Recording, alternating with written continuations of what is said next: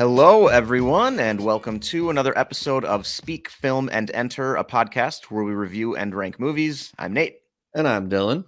And today we've got the December recommendations episode for you. And if this is your first time joining us for one of our recommendations episode, we just really quick go around and we have 6 different categories that we're going to recommend a movie for each category that is currently available on streaming. Though one of the categories is new movie, and that one can be in theaters if we want it to be. But the rest of them will definitely, we've confirmed they're on streaming. We'll tell you where you can find them. So if you're just looking for a really quick, short list of something that you could watch over the next month, then we've got 6 movies for you. And Dylan, do you want to go through what the categories are really quick?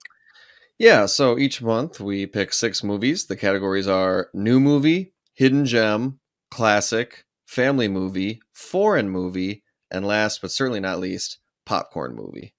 Or popcorn flick, if you will. You could, if you wanted to. You could, if you're someone who calls movies flicks. Yeah, popcorn flick has a nice. Yeah, that's the category for you. If you call movies flicks, then you're definitely a popcorn person.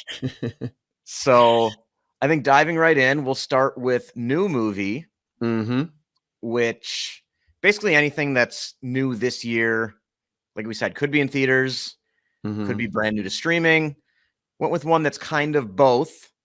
The Banshees of Inisherin, the new movie from Martin McDonagh, starring Colin Farrell and Brendan Gleeson, among other great actors, is currently in theaters, but it will be on HBO Max starting December 13th. So not there quite yet as of the release of this episode, but if you wait about a week, it'll show up on HBO Max for you, and that is one that I can give a very high recommendation to. We do have a full review of that movie that we will link here. So if you want to check that out before deciding if you want to watch the movie, feel free. Or if you want to watch the movie and then come back and check out the review, you can do that too. But that's The Banshees of Inisherin on HBO Max on December 13th. And that's Colin Farrell and who's the second guy? Brendan Gleeson. Brendan Gleeson, yes. I can't remember his name. Yeah, no, they're a fantastic duo. Yeah, I wanted to get to that one in theaters, but if it's going to come out on streaming this soon, I'll probably just wait. Yeah. All right, on to me then for Hidden Gem. And my choice is a movie that we also reviewed, if you go deep in the archives, back in 2019, and that is Honey Boy, the Shia LaBeouf written by and starring loose autobiographical film, kind of. It's kind of about his relationship with his father when he was a young child actor. It's definitely a drama, but I just think I remember saying at the time that I just think it's a really he does a really good job of kind of opening up a vein and showing you different sides of his journey, and very interesting, strong kind of father-son themes throughout the whole thing. A lot of good, poignant, very dramatic scenes. And it's just very well done all the way around. It also co-stars Lucas Hedges, who is a favorite of the show, and Noah Jupe, who has just continued since 2019 to have a great young career. So a lot of talent in this one, and I put it in the hidden gem category because since it came out in 2019, I feel like I just kind of haven't heard anything about it. It kind of faded into obscurity a little bit, but it is on Prime right now, and I would recommend it. Yeah, Noah Jupe is so good in that movie too.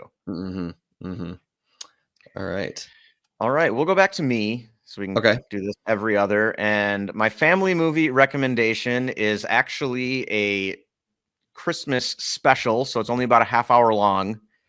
And that is currently on Netflix. And it is Shaun the Sheep, The Flight Before Christmas. Oh, all right.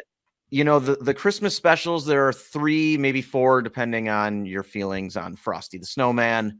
I feel like that one seems to be rather polarizing for some reason. But The Grinch, Rudolph, and Charlie Brown. And for all specials in the roughly half-hour range that get watched over and over and over every Christmas by millions of people. And it's great, but they also all came out in the 60s.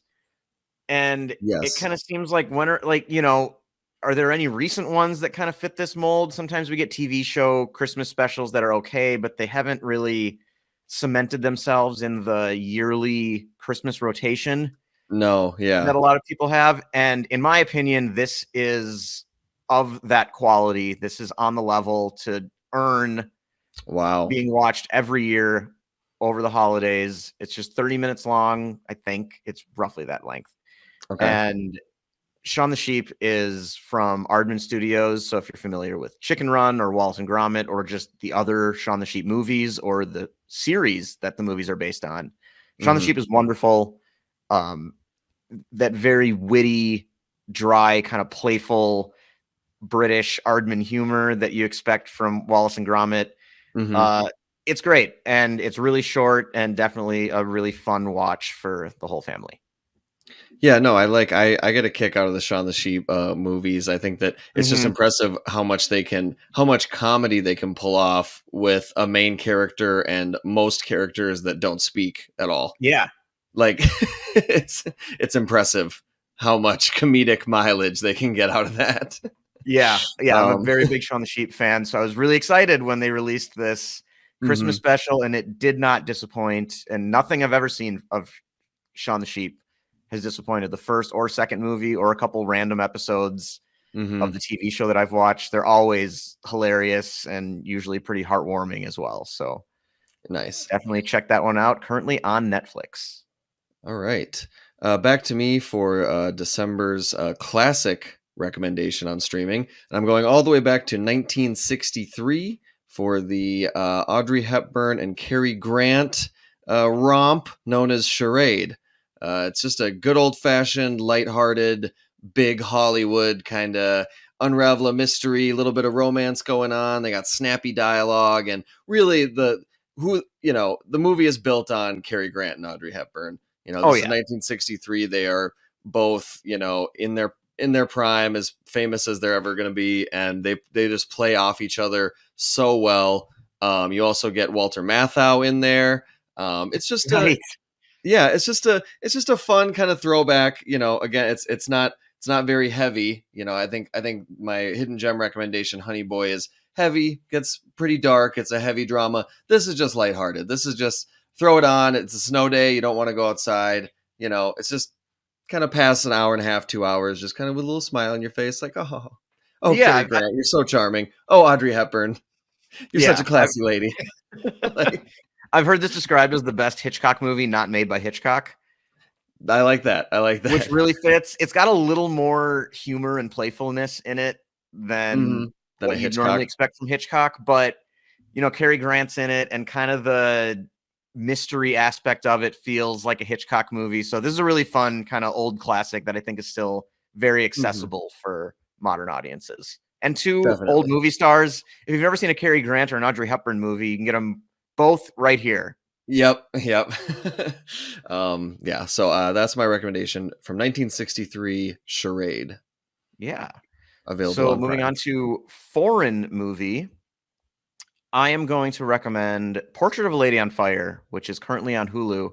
And the reason I'm recommending this movie, outside of the fact that it is phenomenal and everybody should check it out, Amen. is that last week, Sight and Sound released their top 100 movies of all time, which they do every 10 years, starting in 1952.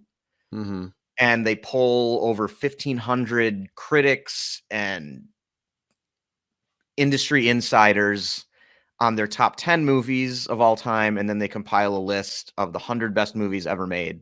Mhm. And Portrait of a Lady on Fire came out in 2019. And it is the highest ranking new movie on the list, Really? all the way up at number 30 for its debut, which is incredible. It's ahead of Spider-Man Into the Spider-Verse? It is ahead of Spider-Man Into the Wow. Spider-Verse and Top Gun Maverick, neither of which made the cut. Um, so I thought that was really cool that it was that high already. And it's a 5-star movie, I think, for both of us. Mhm. And definitely one to go check out and just kind of, in celebration of that list, which I think is really fun. This is the highest ranking new one that you can go check out. New kind of meaning in the last 5-10 years or so. Mhm. So go check out Portrait of a Lady on Fire on Hulu, the 30th best movie of all time, according to the Sight and Sound poll. Yes, and regardless of that poll, I will say one of the most amazing looking movies I've seen in recent history. It's really worth it. Fire up the 4K. Like, it's just brilliantly shot. All right. And then last, our sixth movie is Popcorn Movie.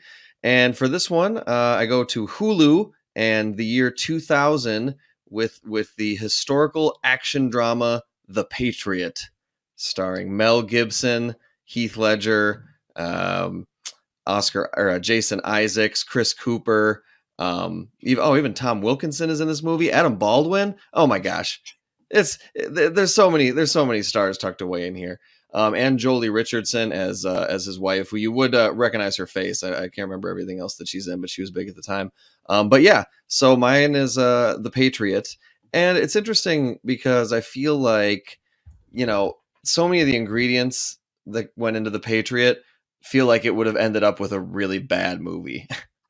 I think there are plenty of people out there that will tell you this is a really bad movie. Yeah, it's very polarizing. It is. Also because Mel Gibson's in it. Because Mel Gibson is in it, and I can't and control. You kind of got to put historical in quotes. Yeah, I mean, this is very loose. Like, it's basically loose fiction. Historical, basically fiction. But yeah, I mean, let's see. I'll read the description. Yeah. Peaceful farmer Benjamin Martin is driven to lead the colonial militia during the American Revolution, where a sadistic British officer murders his son. Like, I mean, got a revenge story. You got Americana. You got Gibson and Heath Ledger playing off each other. And it's 2 hours and 45 minutes long. But it is one of my favorite kind of epic dramas from this era, when there were a lot of these coming out that were really, really long and kind of bloated. And I actually think it's really well done. And I think that it's one of, if not my favorite, Mel Gibson movie. Great performance from Heath Ledger as always. Jason Isaacs is just, I mean, he was born to play sadistic British colonial officers. Yeah. And mostly I was just thinking, popcorn movie. I mean, like you said, how historically accurate is it? Not very. But it's for the entertainment, and popcorn goes well with something that's just kind of for the entertainment. And because it's so long, I feel like you need some popcorn. You need some food. You're not going to go the whole movie without eating something. Right. This is definitely one of those movies where if somebody tells me they hate it, I'm not really going to fight them too hard, but I really enjoy it. It's kind of a guilty pleasure for me. Also because there really isn't anything, if you kind of have that itch for like a Revolutionary War movie, it's sort of the only one, or like one of the only ones. And so it's like, there's nowhere else for me to go. Yeah. And I want to watch something like that, and nobody else has come along and made something quite as thrilling and entertaining as this, despite its flaws. So, yeah, I will absolutely have to. I might have to rewatch this one. The only other thing I can think of that has come close is the Turn series on AMC about Washington Spy Network. I've only seen season 1, but it's very good. But not. I heard that was really good. Yeah, it's not the same thing as The Patriot, which is just like action and. Yeah. Action, drama, like big acting, big epic movie. Everything's just big in The Patriot. Yeah, there's also something about Mel Gibson's face that fits really well for like the rage of battle. Yeah. Like he can do this thing where his eyes get like really big, and he's just, it fits so well. And like some of the scenes where he's like, there's dirt and muck, and like the only part you can see is like his eyes. And something about him just fits this type of role really, really well. I feel like that's what got him his big breakout in Braveheart, and then by the time this came along, he had mastered it. This movie's basically Braveheart. Yeah, yeah. They start in very similar ways. I get to do it again, but I'm what am I? What's the word? American colonist, colonial hero, 75. Yeah. I mean, these both start with like a pacifist under imperial rule who is called or forced into action by the murder of a loved one. And he won't rest till the whole army, the whole war is won. Absolutely. History has been changed. This has almost turned into an episode on the Patriots. So we'll Yeah, just do a his really quick vengeance. recap here. His of- vengeance changed the course of history. God. All right. A really quick recap here of all Mhm. 6 movies we recommended. The Banshees of Inisherin will be on HBO Max on December 13th.